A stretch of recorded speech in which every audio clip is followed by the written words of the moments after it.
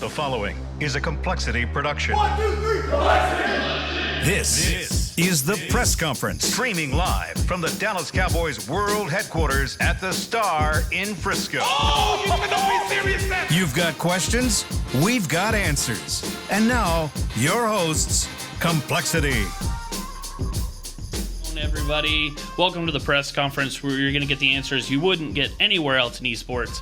I'm your host, content manager for compLexity Gaming, Zach Marchand. How's it going, everyone? Good, man. Good. We have some new faces here. Really excited to talk about it. One new face? One returning face? One face that's not in the shot currently. Oh, okay. Oh, and then we have a mystery guest. Kyle, I was waiting to reveal a mystery guest, but next to me, who spoiled my surprise, is Kyle Beef Batista. Hey, man, I know lots of things, and I want the world to know those things. So you can't fault me for telling them things. You're not. I can't. That's why we have this. That's why we have this in order to share that. We'll have our Mr. Guest on soon. Yes. And across the table from me, over there in those beautiful spectacles, that is Matt Warden Dickens. How's it going, man? I'm glad to be back. I enjoyed my first time, and hopefully we can have a bunch of good questions and some good content today. Yeah, there was actually a lot of great questions for you, Matt. So I'm really excited about that. If you guys really want to get into some really good questions with Matt later, stick around for the live Q&A. And then nervously sitting over here across from me is Marco. And Marco, how do you pronounce your last name? Bobadilla.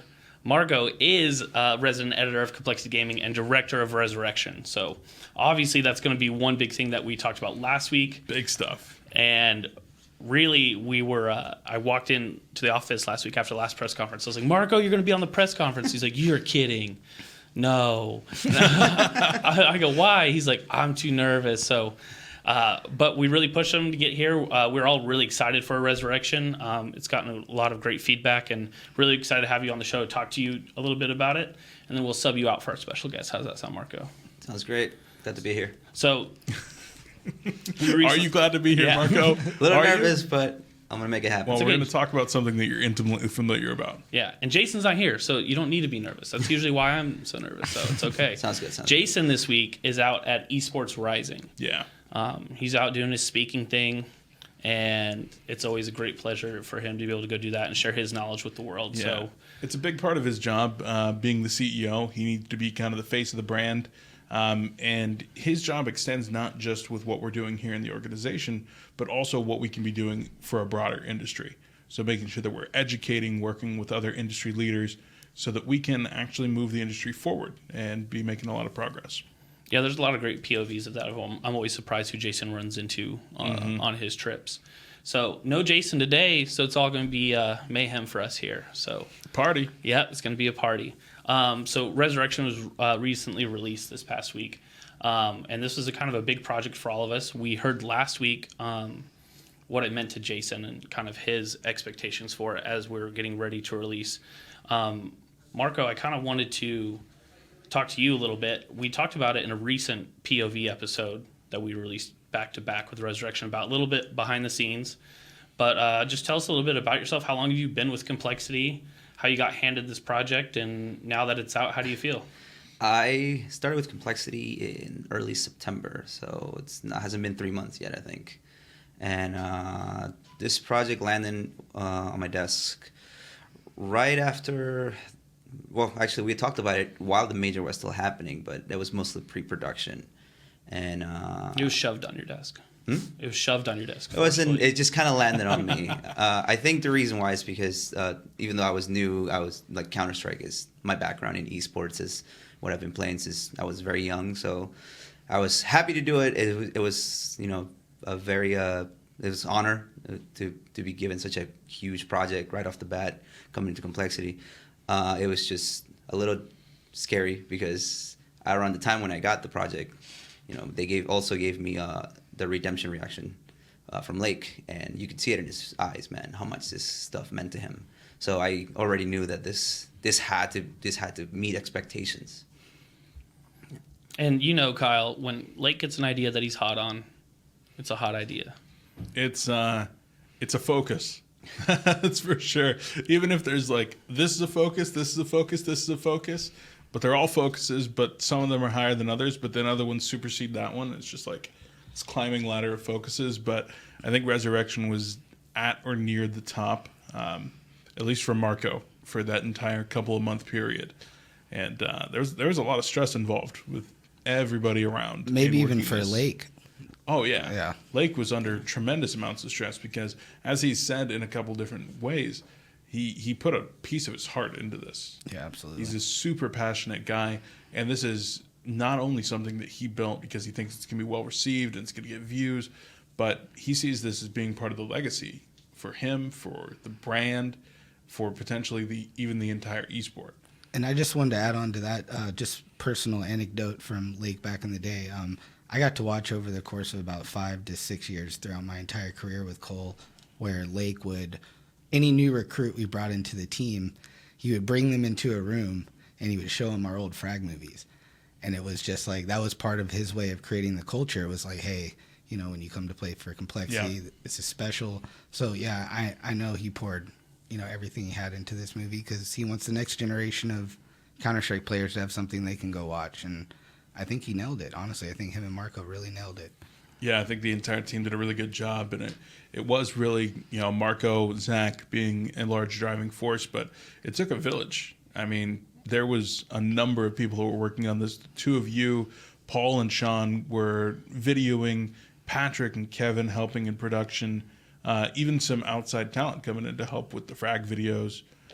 And then from everybody else, how many revisions did it go through? 9? Oh, version 8. Well, even the first cut that you guys saw, it was a chore to kind of keep Lake's mind off of it until we were ready to show him. It was kind of weekly meetings with me and him, like, where's it at? Is it ready? I'm like, dude, it's been a week. He's like, I know. But I want to like get my hands on this like right now. And I was just like, hey, you know what? Crazy thing. Post Malone's gonna be in town. He's like, wait, subject change. It's fine. I had to like keep him off the trail for a little while. What?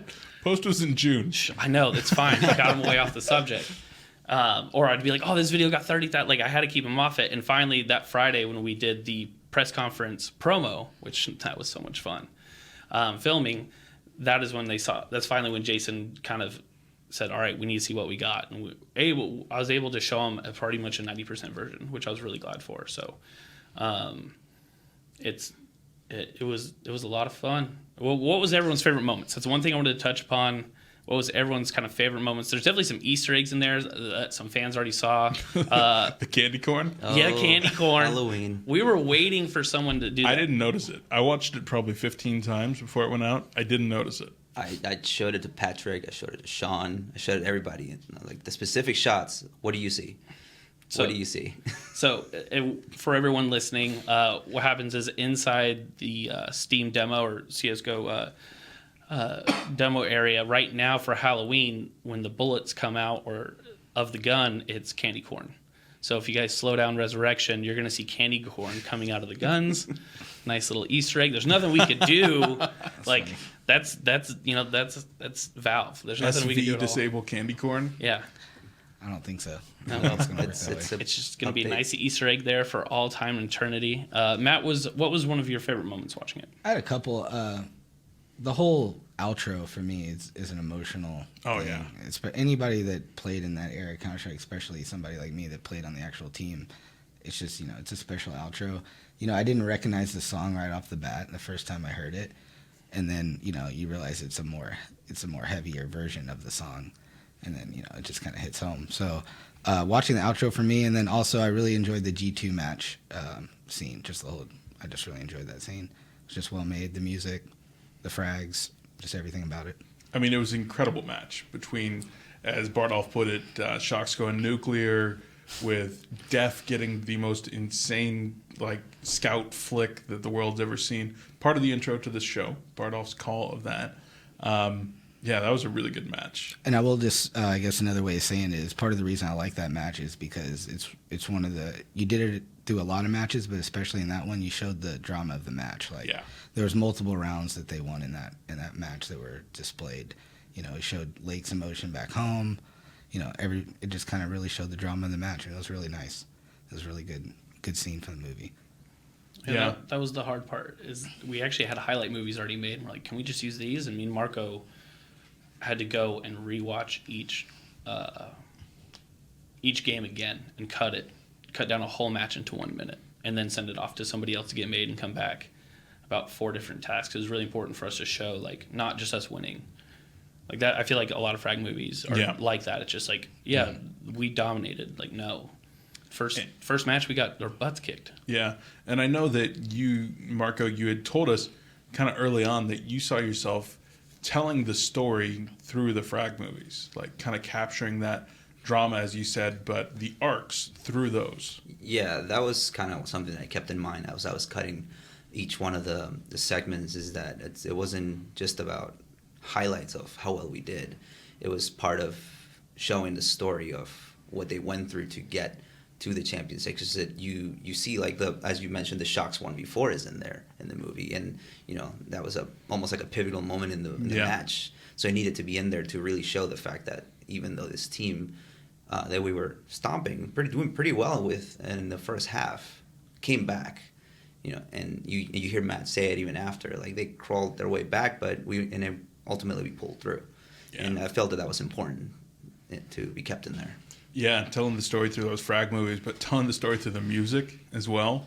I mean, I've said it before, I'll say it again.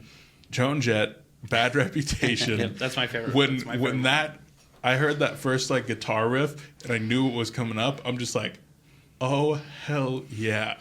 And I watch it. I've watched that so many times, and it's pure joy. Like, watching that, it really is just a cathartic experience almost. Running with an MP5 to Joan Jett. Yeah, that's what you got to do. Just SMG spray, full run. There you go. That was the hard part. I wanted to, like, have, like, BC Boy Sabotage in there, like a bunch of different stuff. But Marco kind of was like, dude, this isn't a music video. Like, we have to, like, we'll have one of those moments. And that was the moment that is kind of great. I was giving Marco feedback. We're going back and forth, and he's like, okay, give me a day. Let me show you what I have at the end of it. And at the end of the day, every time he showed me, he's like, this is what I did. It was just always great. My favorite moment was that, but also right when Matt, remind me which Matt. That was right at the break on the music during G2. Yeah. When we added Matt's line of he starts yelling into the room, let's go, boys. The money's stacked. I loved it. And my boys are hyped. About that, maybe I shouldn't be sharing this, but whatever, it's already out. I got a warning from FACEIT for screaming there. That's a recurring theme with our managers, to be frank. Yeah. We constantly get warnings from event organizers because we're too hyped. Yeah, We're Roll a came up to passionate me group after. of people here, man. He was like, "You're not going to do that again, right?" And I was like, "Yeah." As I did it, I kind of knew I shouldn't have. And he was like, "Yeah, we're good." And I was like, "Okay." But yeah, no, I shouldn't have been screaming into the match room. But sometimes I just wanted them to know I was there. I know they knew I was there, but sometimes I think just hearing me and stuff, I had to say it, had to scream at them. They were on pause, so just wanted to let them know I was there. But yeah, managers shouldn't be behaving that way, and that's no way to operate at a professional event, guys. Yeah. Well, Marco, any last words before you head off and we move on to our weekly segment? What was your favorite part? Yeah. Oh, my the in between my BR and G2. Because that part took me the longest to edit. Just as we're coming out of big, and like everything goes slow motion and the music starts building up, it took me 2 days to find that song to put in there, because like I asked Paul and Sean to try to help me out, but I don't think I had an idea of how I wanted to make it happen. But like I said, it took me 2 days to find a song, and then just the way that it built into all the segments, and then how the song sourced right into the actual MIBR match. And from an editing standpoint, there was like a lot of layers that I put in my head to make that song happen, or to make that. I mean, that moment where they take the stage, the flag's behind him, and Rory's talking about, it's a moment he's never going to forget. Brad saying years of work, this is all worth it in this moment. It's captured well. I think the biggest thing for me too, watching Redemption, is that the first half of the movie is so hype that you completely forget that they didn't take the whole thing. Yeah. Like, that was the thing that I think that really helped us kind of form that last ending moment, was we didn't want people to be like, oh no, they got 8th, and then they got beat by MBR. It's just like, nope, this is the height of them, and then we wrap it up kind of in a nice way where, to be honest, you really don't know what the results were, but now you're just caught up in the emotion and the true message of what everything did. And Matt did an amazing job. Matt closed it out really well. Your interview I wasn't had some trying of the best to. voice stuff. There was so many. So you're many just sound Matt, bites. dude. Like my favorite line that when we got done doing the interviews, they said, "Can you believe Matt?" He said, "If the point of this video isn't to show how great our team is, it's just not." And I was like, "We got that. That is like we didn't know where to put it either." So that was a really big part for me. So The closing line of the video, I was just, nobody told me to be hype or say something hype or, they were just, I just said it, and then Paul was like, I think we just got our outro to Resurrection. I was like, no, you didn't. I was like, you're ridiculous. And then going back and watching it, actually, it works really well. So, no, I'm just happy that I could be a part of it, and it's really just the team, the content team, the team of players, it enables us managers just, it was an easy time working with them. They all work so hard, so. Yeah. We're here to support everybody else. Well, make sure you guys comment down below what your guys' favorite moment of Resurrection was. We also have a thread inside the Resurrection video comment thread with that as well. So you guys make sure you comment or any questions for Marco. And speaking of questions for Marco, right before you leave, we have a question, and I want to ask you this because you're going to head out, but we will have Q&A later. It is from @codyLFord. What is the biggest lesson you took away from production of Resurrection? Yeah. So what was the biggest thing you took away?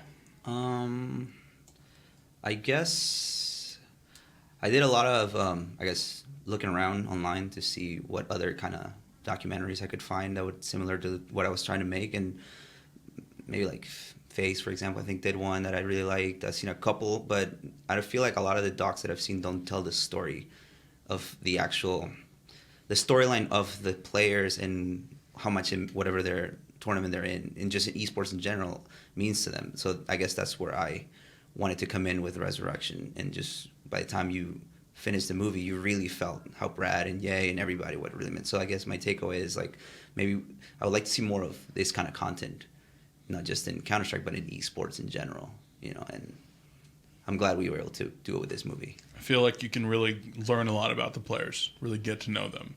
I mean, when Shaz is sitting there, this is CS. Like, this is so incredible, whatever it is that he says. It's so much fun. It's like a window into his soul. Like, it's awesome. The reason why that one was so important for me is because talking with these players sometimes, it turns away from a game into more of a job. Meaning, like, they lose sight of, like, this is a game and it's more of, like, a painful day-to-day job. Sometimes, like, the really hard moments, and you can see it, not always when they win, but those moments where they come back and they're like, dude, this is a game I enjoy. This is something that, like, really kind of brings that light to them. That's what's going to inspire more and more people. And so that was probably one of my favorite parts that we captured. Not sure if I phrased that correctly, but hopefully it made sense to me. No, I did. But Marco, any last thoughts before we have our special guest come in? No, thank you for having me, and hope everybody enjoys the movie. I will say that I'll just give him one final shout out for, even Zach, I know Zach did a ton on the movie as well. For them to have a task like that, to follow up on Armageddon, Redemption, make a production like that the way you did, what an incredible job, man. Like, you should be so proud of the work y'all did. So thank you, buddy. Thank you. We'll have you on the podcast again after the next movie. Let's do it again so I can make another one. Yep, let's do it. Dreamhack Atlanta. All right. Thanks, Marco. Thank you. So as Marco's exiting, special guest, you better keep it down. Keep it down. We won't let you come in. So as we're rolling into our weekly segment, make sure you guys tweet at us for your live questions every single week at coLPC. This week we're going to be covering quite a bit. One of our first subjects that we're going to have. Oh, hi there, bud. Hey. Hi. What's going on? Guys. Cool if I drop in? Yeah. Welcome. All right. Special guest, Daniel Herz. You stuttered for a while there. D-Herz Gaming. D-Herz Gaming. CRO. See, that's what I wanted to say, but you changed your Twitter handle, didn't you? Yeah, well. That might have. Yeah, so see, that's what stumbled me. What is your Twitter handle now, Daniel? Can you get updated?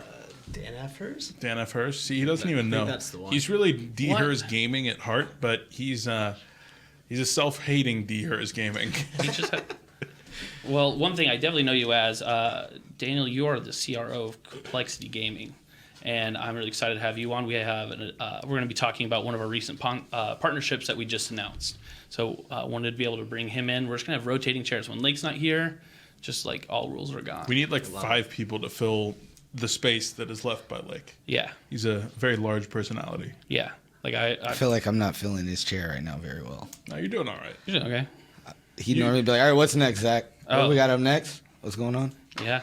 It's incredible how many comments we had about you, Matt, yeah? from all the old school fans, yeah? From Redemption Days and then to Resurrection. They're just like, it's incredible, man. This is like 13 years later, and Matt's no longer the kid. He's now the manager, the master. Well, most of them have kids, the people that, I've seen commenting, which is actually really cool. I'm enjoying some of the people coming back and giving me some love, so, it's nice to read all those comments. A good evolution, Matt. Twitter, YouTube, and Reddit. Well, don't worry, Matt. You're going to have your chance in the spotlight right now, because as we move over to our weekly section, all the stuff that happened the past week at compLexity Gaming, all the way from Counter-Strike, all the way to Madden and Fortnite, every week we want to cover what's been going on. And first of all, we're going to cover Counter-Strike. So I wanted to first kind of put you in the hot seat. We're going to talk about ECS. Right. Last week we were talking about expectations for it. We had a lot of big games. Renegades was a big game for us, and unfortunately we're not able to get the maps we needed to qualify for ECS here in Arlington. Matt, you want to talk to us about that a little bit? Yeah, over 5 matches we needed to go 4-6 in our games, 2 maps per match, and we went 3-7. So we came up short. We were 1 match short of either closing out either an SSG or an E-United or a Rogue, or even taking a map off Renegades or MIBR. We were 1 map short. So very disappointing week. Guys did not take it well, to be honest with you. They took it in stride, but in general, emotions are kind of down this week. We know we had a really big shot, an opportunity to qualify for the ECS finals right in our back door in Arlington, Texas, and quite frankly, we kind of blew it. And so we're trying to just regather our thoughts for Atlanta, accepting the loss. Lake and all the other guys, no one's been too hard on us, to be honest. Everyone's been very supportive. But in general, we're kind of hard on ourselves, and that was a stinger. Why is it that we feel that we were able to compete with some of like the really strong teams? We went from a Heroic and a G2, and before that we had 2-0'd NRG, split with Liquid, split with C9, and then we're splitting with Space Station. Yeah, I spoke about this previously on the podcast, I believe. Our team tends to either play up to an opponent's ability or play down. If we play a very tough team, we won't always win the match per se, but we usually give them a run for their money. We're not very seldomly are we getting just blown out by good teams. We'll put up 10 to 14 rounds if we lose. But then the same goes if we play a weaker opponent. We tend to play down to their standard, and we get sloppy, and they kind of suck us into this like vacuum of playing this sloppier style of CS. And better teams don't do that, and that's something that we don't always get sucked into that vacuum. But it felt like this week, we every time we got momentum, we'd be up. We couldn't keep it together. We'd let teams come back into it. We couldn't win 3v3s with bomb down. It was just multitude of mistakes, and we didn't play well this week. That's what it boiled down to, and we had all those matches stacked in 1 week and no excuses. We just, we came up short. We feeling better going into DreamHack? Yeah, I'm even feeling better going into the ESL matches tonight. I think we're gonna do much better this week, getting a couple wins, trying to secure staying out of relegation, not messing with that. And but yeah, DreamHack. I mean, we're the favorites in my opinion. I mean, people from Europe could argue that Fragsters and a couple. What's the other team in the other bracket? We actually have we have Vitality. Yeah. Yeah. You could argue that Vitality and Fragsters, if you're from Europe, are better than us, but we think we're very competitive with those teams, and we think we're the favorites to come out and maybe win our first tournament of the year that's semi-relevant. Yeah, we actually have for DreamHack Atlanta the full lineup in Group A. We have compLexity, United, Luminosity, and Envious. In Group B, we have Ghost, Fragsters, Rogue, and Vitality. So I know from talking with the players myself is they're very confident about Atlanta going in, and they want to try to get that consistency under their belt. So I'm excited for them. Yeah, it'll be a good tournament just to get the ball rolling, get it back going in the right direction. We're not claiming that Dreamhack Atlanta's got the most star-studded lineup of teams, but a lot of the teams on that list are, they're reputable. They can play Counter-Strike. So just to win a tournament like that would be a great way to kind of end the year. Well, and then also we have some guests in the office this week. Ooh, Hopefully do we ever? Hopefully some of that good juju can rub off on us a little bit. We have Kyle. Who do we have in the office this week? I'm now in a situation. I'm wondering what I can say and can't say. Yeah, we have the 2018 London Major and IEM Chicago champions, Astralis, in the house. So they are hanging out with us. They are playing from our facilities in preparation for ECS, which is coming up next week. Just a bunch of really good guys. They're here. They got here yesterday, and already we had Glaive and Magisk that were actually practicing last night, and they have the whole group there today.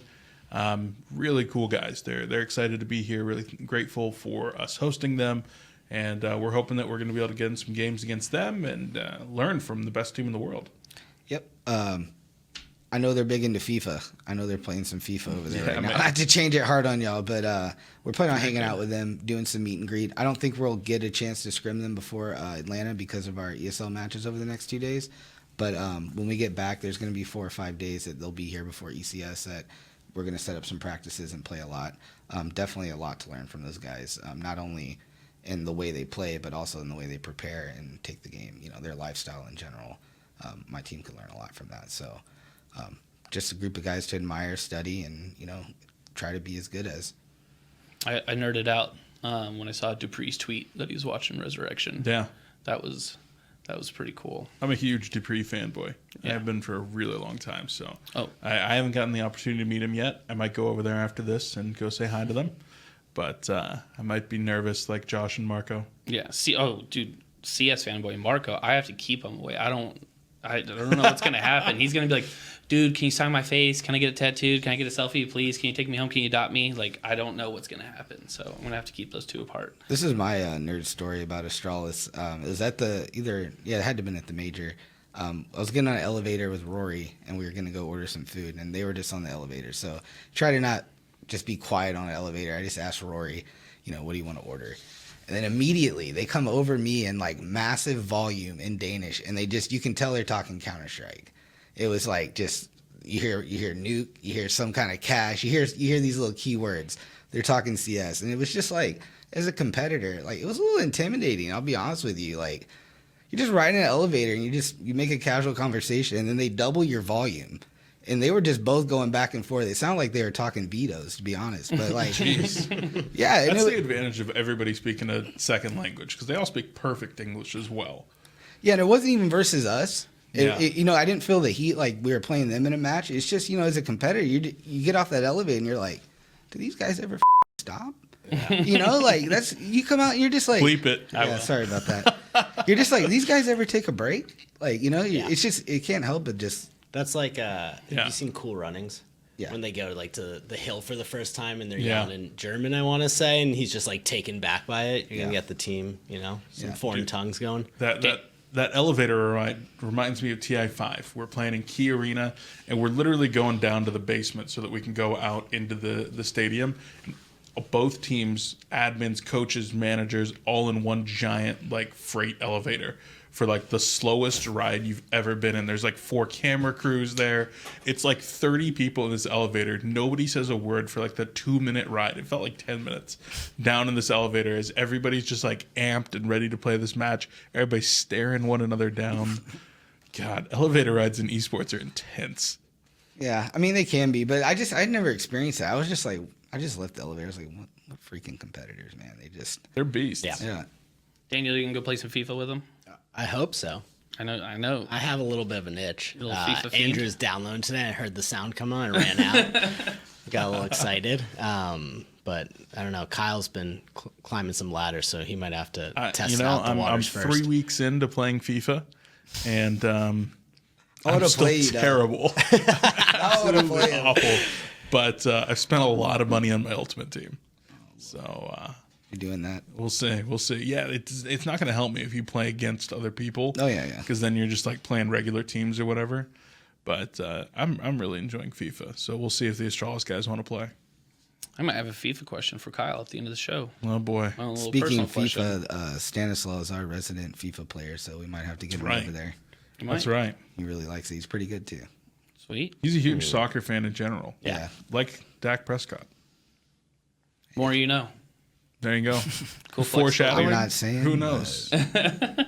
Also, we have what happened this week. We have some Hearthstone news, which I'm excited about. We have Justine won WESG. Yeah. And got invited to China. She won first place. Beef, tell me about Justine winning that WESG. So you set yourself up to have to say it a second time. So definitely a big win from Justine out there. She was playing in the Hearthstone competition, brought home a $10,000 check for an individual game. Wow. I mean, that's not bad. Compare that to CSGO, team game, 8th place in a It's like a major. Dreamhack Open. It's like, well, I'm just saying, like 8th place in the major with such small amounts of prize money. You're over there for a month grinding your butts off. I was astonished how small the prize was. Honestly, I don't even know what it was. What was it? I think it was like. Now you put me on the spot. I want to say it was like $35,000. Okay. Yeah. For the whole team. For the whole team. But that sticker money, though. That's sticker money, though. Hey, you know, as a guy that won $40K for first back in the day, like. I mean, it's 35 for 8 is looking great. It's just kind of funny because you got Dota and CS, the Valve games, and Dota you go win TI. Yeah, and it's like 8th place at TI is even ridiculous. 8th place at TI is probably $1 million. Yeah. Mm-hmm. So anyway, Justine had she did a really good job. Won it out there. She's going to be going and representing the U.S. at the World Finals. So we're really stoked about that. Awesome. Well, and then we've also got other card game news. I don't see it on the rundown here. But Artifact, next week, stream thing lifted. The shroud is lifted. Oh, perfect. And so we're going to be able to start streaming and start doing stuff. There's going to be tournaments starting. We're stoked. So you heard it here first. We are going to be announcing our Artifact team soon. So stay tuned. I'm excited. I'm in that shroud. I've been asking about Artifact ever since it was first brought up in a meeting. So I stopped asking after a while because I was bugging so much for it. But I'm excited for a new team. Card games is one thing that... are we going to have streamers? Artifact streamers? Players and streamers. Yes. And right now we're going to roll over to our special guest. And we're going to be talking about something very, very exciting. I think for not only complexity, but I think it's... anytime a sponsor gets involved into esports like this, it's very exciting. We're going to be talking about our new sponsorship with WinStar. So Daniel, new sponsorship. Yeah. What's going on with it? Give us the rundown for it, and then I want to get into kind of what this means for complexity and esports as a whole. Totally, yeah. We announced WinStar, our new sponsor today. Super excited about it. We've been talking to them for a little while now. They're a large partner of our friends, the Dallas Cowboys. Which had a lot of synergies in there. I found out they're the largest casino in the U.S. Based on slot machines, which is kind of crazy if you've ever been up there. They just keep adding buildings onto it. I believe each building's like a different city or country, I think it is. So like one's Rome, then they have New York, and then they have Paris, and it just keeps going. So I got to get up there. That sounds crazy. You haven't been? No, I haven't been. Oh, tons of fun. We used It's to go to wild. college all the time. And then during the weekends, it's so busy. All those slot machines, they have lines behind them for like certain games. Wow. It just blew my mind. Their capacity every single weekend, I was just like, this is so big. But they're kind of a leader in the entertainment industry around DFW, Oklahoma, and the partnership made a lot of sense. They're looking at, esports and gaming as this new tool to reach a younger demo, which is important to them. And we're excited for our players to be able to use their hospitality. So we're going to be up there for concerts whenever they bring in a big act. They have a gorgeous golf course, spa, the suites up there. So even if we want to get great restaurants, if we want to get a boot camp in, get our players away, it's a great facility just to kind of get them undistracted, get them going up there again. And they've been some great partners in that. So they're going to be involved with us for the next year at least. What do you think about that, Matt? You think you guys would enjoy boot camping up there and go to the spa afterward, go play around the golf? Some poker at night, maybe? Shaz came up with me. We brought Hogman and Shaz up kind of just a few months ago. To tour it, check it around. I mean, the WinStar guys follow them both now. They follow Hogman stream. He's in this chat every day. They're awesome people. But Chaz was into it, and then Hogman stayed. His girlfriend Brooke came up. They hung out at the pool for a little while. So it's pretty cool, and it's only 45 minutes from us up here in Frisco, and pretty much a straight shot, which is nice. On some older rosters, PTR, me, Slimmy, we were all poker players, so we'd gone up there and played some poker before. It's awesome place. You know, it's a really great place just to relax and enjoy. Yeah. So, Daniel, my question is for you: is what does this kind of mean? You know, a lot of people are writing about this, and it is really, really exciting when you see kind of a non-traditional sponsor come into the space. How do you think this affects esports, and what does this say to the rest of the esports community, or maybe other possible sponsors? Yeah, I think right now there's an interest and they see the ability. I think the really interesting story about WinStar in this space is it's a pretty regional brand. They get 95% of their visitors from the DFW area. So how does a brand come into this global landscape like esports and still find value at a regional level? And what we did with them is work to focus certain things. So it's not for them about being on our jerseys when we're in London or playing on large streams, but how we activate around the property and then around the local community was always important to them. So it's how do we kind of look at what is possible out there and think about what the strategy is for your brand and fit it in. You know, it's not just a one single package and that's what a brand has to come into. It's about what are your goals and initiatives and how can we be a tool for that in a partnership versus just a sponsorship. And that's what worked well for them. And I think that's what we've seen in other conversations we're having with non-endemic specifically is just where is that value, and each brand's going to have a different outlook on that. Yeah, and I think it's really important too is the outlook of, we've talked about previously with a geo-based team where the value is in that, and then esports as a whole is really mixed because it's all solely based online. And I think right now a lot of people are being able to find where the value is in esports in that mix, right? People are building headquarters. Teams are more, going to more NA-based players and NA teams. That kind of sponsorships is really, really exciting for me because now we're drawing the lines between traditional sports and now esports again. So that's really exciting. Any other sponsors you want to tell us about, Daniel, since I have you on the spot? There it is. No, I think we have a few coming. We'll have one to announce in the next few weeks once the ink dries, which we're excited about and have been good friends of ours for a while. We actually have one that's unannounced as well. Yeah, we can talk about that one too. But no, so that one will be interesting. We have some other non-endemic brands that will come in. Kyle alluded to, we have a new partner on our streaming side called Quest Mode. So all of our streamers now have the option to join Quest Mode. And what it is we're trying to empower their audience to help them monetize a little bit more without just a cash transaction. So doing actions on Quest Mode, if you download a mobile game, if you kind of watch a video, whatever it might be, we're going to have just enter our giveaways online. That's going to unlock free subs for them. It's going to unlock bits. So everyone kind of wins. The fans don't have to take their credit card and actually exchange money. But then our streamers are actually bringing in more revenue, more income, and helping build their fan base. So we're excited about that one. It's more just on the streaming side more than a team partnership, but it's important for us to help grow kind of the ecosystem we're building outside of just competitive play. That's really exciting. I know anytime that me and you sit down and talk about partnerships and especially how that involves content always gets me really excited. So hopefully let's bring some more of these in and do some really fun content and so have some really fun stuff for our players coming up. Yeah, we need to get up to the golf course with Hogman. That's top of the list on our side and theirs, and kind of figure out how we can bring the Fortnite world of golf into the real golf world. We need to build a quad crasher. Quad crasher. Yeah, we need to build a quad crasher. Just build some wooden walls and just drive golf carts through them. Sure. Content piece. I have this on camera that we're allowed to do this. I'm so excited for this right now. God, I need the better insurance. I think you guys have alluded to it. There's a lot of really cool stuff that we can do up there.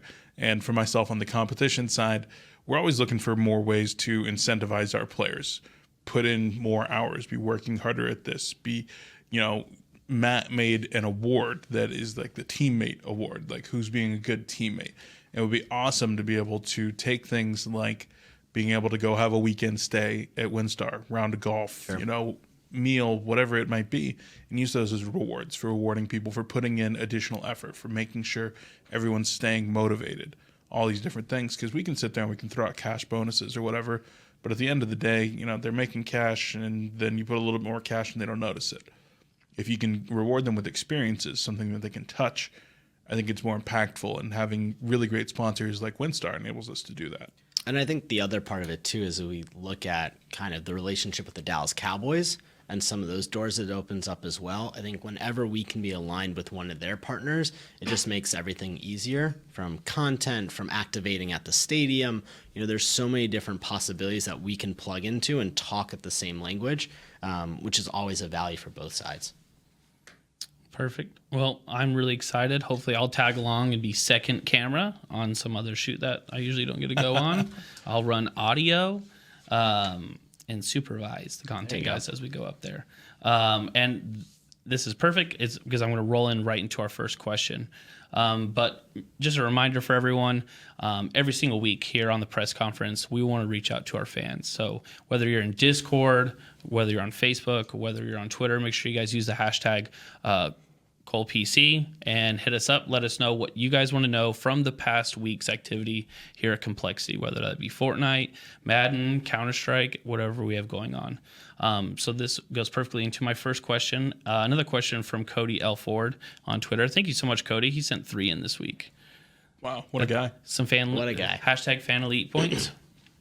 Absolutely. Yes. See, Lake's not here to give it away, so yeah. We'll make sure to drop That's this it, line. guys. Lake's not here. I'm giving all the fan elite points away. There you go. Right and left. If you have stayed till this late, you are in the running for fan elite. I can't say you are fan elite, because then we have to deal with a whole bunch of paperwork. Yeah. No, you get the points. Fan elite points. There you go. Daniel, and you, what excites you about the WinStar partnership? And you've talked about it, but I want to phrase this in a way maybe of personally. What excites it about it? Personally, the golf course. Heck yeah. But no, I think it's really just the possibilities it opens. I think from the large acts that are coming in, the golf courses, the ability for our players, it's just a resource that we can really use. I think there's a lot of partnerships that come in, and it's not kind of on both sides where you really see it as a partnership. You see it more as a sponsorship. And what we can do here is just plug into a lot of their resources and provide value to our players, to our fans through content, through our fans through getting a free room there, whatever it might be. I just love the ability that we can use their assets well, and it's not just about money. It's really about what we can build together. Yeah. They had Impractical Jokers up there a few months ago, so that's what I'm really excited about. They had Pitbull recently. Yeah. It's Oklahoma, and you would never think. I mean, I'm new to Texas, so maybe I'm wrong. I didn't realize we were so close to Oklahoma. That was the other thing that blew my mind. It was a quick drive. But the acts that are coming in, they're big time acts that are all rolling through there. It's really an impressive facility when you get down to it. So there's gonna be some fun times up there for sure. My favorite thing that they do, whoever does the marketing over at WinStar gets me every time, because what they do is they buy like the big billboards right in front of other venues. So you're driving by said another venue, and you're like, oh my gosh, like Tom Petty's going to be there. And you're like, he's going to be right here. I'm going to go see it. And I look it up. It's WinStar. It's like, it's worth it. I'm driving. Like, let's just go. But it's like the best thing ever. And they have they do a really, really good job of, it's easy for us to kind of go there, but every time I've gone to WinStar, I run into people that have flew from California, drove from Arkansas. Like, it's my favorite place to go. To be honest, I put it above some of the places I've been in Vegas, hands down, just because there is so much more to do versus just walking out on the strip and, running into people. Nice. Yeah, it's different. It's not Vegas in probably a good way. And it feels like, I don't know, more homey. It feels like we belong there versus, Vegas is Vegas. Yeah. Vegas is gross. Yeah. Anyway, so we have a whole bunch of questions for Matt. Matt, are you ready? Yeah. We're kind of going to be in the hot seat here a little bit. Sounds good, man.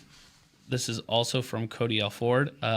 Do you think more esports orgs will establish long-form pillar CSGO content after Resurrection? I hope they do, but honestly, after kind of, I wasn't even there for all of it, but a lot of the time I was in the office watching Marco, yourself, Jason work on the project, I'm going to say no. I think it's a labor of love type thing. I don't see people, putting that many resources to developing movies right now, which is, I think it's a shame. But in general, I just don't think there's a lot of orgs out there willing to put this amount of resources that, like Jason pretty much dove into it for about 2 months, month and a half there. And I just, like I said, it's not even a knock on anybody. I just don't see any CEOs on other orgs that are willing to do that for just a video. And it's not necessarily a direct return either. Right. Like for us, again, you used Bad Company, Joan Jett, all these different things. We're not monetizing the video. We're not selling sponsorships against it, anything like that. It was a labor of love. It was a passion project that Lake said, this is a story that needs to be told. This is part of our brand, part of our legacy. And other orgs, they're, not always focused on doing those kinds of things. I really hope other people come out and do something similar to this. I do. I just think a lot of the time people, they see a final product, and even myself, being in front of the content team all the time, it's really hard to appreciate what actually, you just see it, and it's hard to appreciate how it was produced and how it came from nothing. So just knowing how hard they worked on it and how much time and effort they put in, I just don't think other orgs will do it that much. I can honestly say the biggest thing for us is that, and I've mentioned this last week, is that we know you guys. So when we interview you, we know what to ask. We know how hard to push people, so on and so forth. We know what to add, what not to add. When you have, like, let's say one of these big teams in Europe hires a video production company to come in and video it, it's totally alien. Sometimes it might be good in some situations, but for us, it was truly like a team effort. Like when we sat down and interviewed you, we knew what to ask. We knew not what to ask, but we knew what we needed to get things done, versus a lot of these other ones are just general interviews with pretty B-roll and a music video. And that just comes with time, right? You guys just been working with us for a while now, so it's a perk of keeping a good content team together. The other thing, right? Like when your team was there, they didn't know this was the goal. Yeah. Right? So I forgot to point that out. Thank you for saying that. You can't just come in and be like, we're going to create this movie. It kind of had to have that story there, and it's this organic story, and it has that. And I think the other part, going back to Kyle's too, is when you're an organization that's been around for 15 years, you understand the legacy and impact of a brand. That's something like Redemption does, or Resurrection. When you've only been around for 2 or 3 years, you're growing so quickly and don't really understand it. I think that you don't really have who's gonna be watching this video in 5 years? Like, people still watch Redemption today, and so you lose that context, which is something that Jason has and kind of leads behind, which is super important, and one of the reasons we focus on it. But I bet a lot of other orgs don't kind of prioritize it. Well, I'm really excited too. Trust me, I'm not raising my hand for another go around, in the next couple of weeks. But you know what? I hope one of our teams goes and kills it and gives us the opportunity. So, yeah. Another question that we have, it is from @CSGO. I don't know who that is. Matt, who is your favorite teammate and why? I thought about this question a little bit, and without just saying the obvious and risking making one of them mad, I gotta leave Storm. I gotta leave Storm and Fraud out of it, because we were just like a core for so long. So like, for me to pick between one of those two, it's just, let's not do that. So without just excluding those two, I would have to say it was Zet. And the reason it was Zet was because we just had so much fun playing. We were at a point in our career where we were all like in our mid-20s, kind of old guys, kind of more of on our way out, playing Source, and we all had a lot of experience, and we just got to play this fun style where we were all running around, and it wasn't super structured, but we were really effective with it because our comms, our energy, and then we just got to unleash Zet, which, like, we just took him off the leash. We just throw him at parts of the map, tell him just go get as many kills as you can, and just playing that style, it was really fun. It just felt like we were the veterans, and we could take anybody, and we could play whatever style we wanted, and I don't know, just playing with Ron and Zet in that lineup, I really enjoyed that. So I guess Zet, and he was a lot of fun out of the game. He was a very eccentric type person, like he still is, and just my funny story for Zet, he'd have a whole table to play on, and he'd let it fill up with Coke cans, and there was no, like, literally the only time he'd throw his trash away was when he'd swipe his mouse and he'd hit like a Sonic drink, and he'd be like, all right, it's time, like, so. I don't know. He was just a fun kid. He came over from Sweden. It was the first time I think we had anybody on the team that was from a different country. So we just all really enjoyed the experience. Yeah, fun fact. That was actually the first professional athlete visa in esports. Yep. Was that? That was back in 2007, 8, Yeah, something like that. 7 or 8. Kyle, did you have visa issues back then? I wasn't part of the org. Oh, that's an interesting story. Well, awesome. Well, once I saw Dev put out that question, I was like, I'm going to ask it. It has to be asked. We also have from RoadtoDrWaldo. One of our fan elites, Yes, fan elite. Dr. Waldo. Doe. Waldo. I keep calling Sean Doe. Shandu. What do you guys need to replicate? What do the guys need to replicate their form from London? That's a really loaded question. I was also thinking about that one a little bit beforehand, and I don't think there's one way or one answer that can get us back into the form we were at London. There needs to be a lot of things that happen. Guys need to start playing a lot more in their free time. I think everybody after the major kind of just stepped off the brakes slightly because we were all so burned out. And I know before we played in the major, everybody was playing massive amounts of hours, like, I don't even know, like 100 hours every 2 weeks at least minimum. And Ye was putting in a ton of time, and I'm not sure if he's doing that anymore, but he was playing like a madman. Like, we couldn't even pull him away for dinner. You know, he'd just be on the DM. So I think that needs to happen. I also think we just need to find our confidence back. We're on the tail end of a brutal online and LAN schedule, and I think we're all just getting back in the motivated form that we need to be in to practice the way we need to be in that form. So it's just a lot of things. I think over the next 2 weeks, the guys will probably be preparing a lot, like in major form, meaning we'll be taking our practices probably 8 to 9 hours a day and trying to win one of these Dreamhacks. But in general, the form of the team right now has just been crap, to be honest with you. We've not been playing well, and we just need to find our confidence back. Okay. Well, hopefully they can do that. We also have from ManDeep, what is the hardest thing about traveling to LAN events? Just the flights, especially the ones like in Asia. They're brutal, especially when you're going over towards Europe, over towards Asia that way, not going across California. You just wake up jet lagged for at least 2 or 3 days. It's hard to get like in the tournament mindset when you're fighting so many different conditions with your body. But I think us Americans have kind of gotten used to it as opposed to the Europeans. I don't think they have to fight the jet lag quite as hard when they come this way. And I think that's a big advantage, by the way. And there's nothing anybody can do about. But, you know, when we travel over there as opposed to them traveling over here, it's a completely different story as far as how our bodies react. So, okay. Well, Matt had loads of other questions. I think when you tweeted out, there's probably like 10, 20 people asking questions. So if we weren't able to get to your questions today, I'm sure Matt will be more than happy to be able to fill this for you. I just want to touch on traveling to LAN, the difficulties of it, especially for us. Our Esports 3.0 model that we're going for, which is emphasizing things like eating properly, nutrition, exercise, all these different things. That can be hard to find when you're going into a different environment. It's part of the job as the manager to make sure that you're able to find places that it's going to be healthy food. It's going to be food that people want to eat for an extended period of time. You're going to be able to get it at the right times, things like that.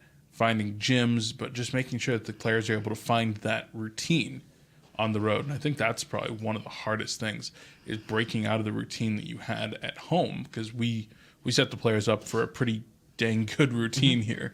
They're able to really settle into it. They come and eat at the training table. They go work out at Cowboys Fit. They play from a really controlled environment in the offices. When you're on the road, you have to kind of break out of all that. Yep.